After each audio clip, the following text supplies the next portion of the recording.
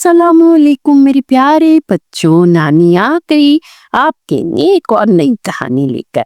आज की कहानी का पैगाम है माँ की खिदमत जन्नत का रास्ता है।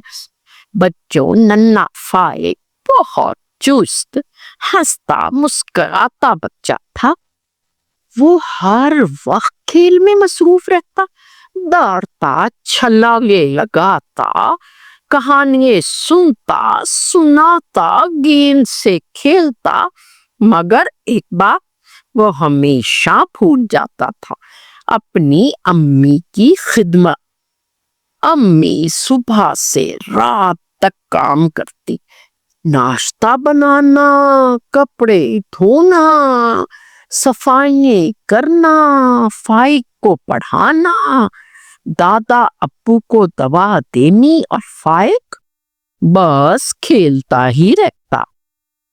एक दिन फाइक ने देखा अम्मी चुपचाप बैठी है, आंखों में नमी है। फाइक बहुत परेशान हुआ, बोला, अम्मी आप रो रही हैं? अम्मी ने मुस्कुरा कर जवाब दिया, नहीं बेटा, बस थकन हो गई है, थोड़ा आराम चाहिए था। फाइक का दिल जोर जोर से धड़कने लग गया। वो बहुत उदास हुआ। इस रात इसने खामोशी से अल्लाह के सामने हाथ फैलाए और कहने लगा, या अल्लाह, मेरी अम्मी को खुश कर दे, मैं कम से इनकी खिदमत करूंगा बस। अगले दिन फाइक ने खामोशी से अपना बिस्तर खुद ठीक किया, बाथरूम में आकर तौलिया खुद समेटा, नाश्ते के बाद अपनी प्लेट खुद उठाई, अम्मी के साथ झाड़ू देने लग गया। फिर कुरान की छोटी सी सूरत पे अम्मी के साथ पढ़ी। अम्मी हैरान रह गई, अरे फाइक, ये सब क्या है?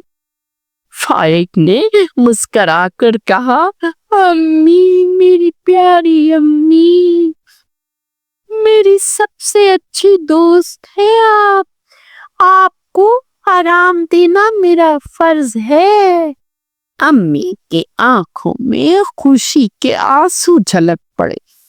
इस रात फाइक ने ख्वाब में देखा, एक बुजुर्ग उसे कह रहे हैं, माँ की खिदमत करने वाले बच्चों के लिए जन्नत के दरवाजे खुल जाते हैं। तो बच्चों, हमें इस कहानी से क्या सबक मिला? माँ के कदमों के नीचे जन्नत है। जो माँ की खिदमत करेगा, अल्लाह ताला इसके दर्जात बुलंद कर देते हैं। बच्चों, माँ थक जाए तो थोड़ा काम बांट लेना चाहिए, यही नेकी है। बच्चों, अगर आपको मेरी कहानी अच्छी लगी हो तो मेरे चैनल को सब्सक्राइब करें और मेरी वीडियो को लाइक करें।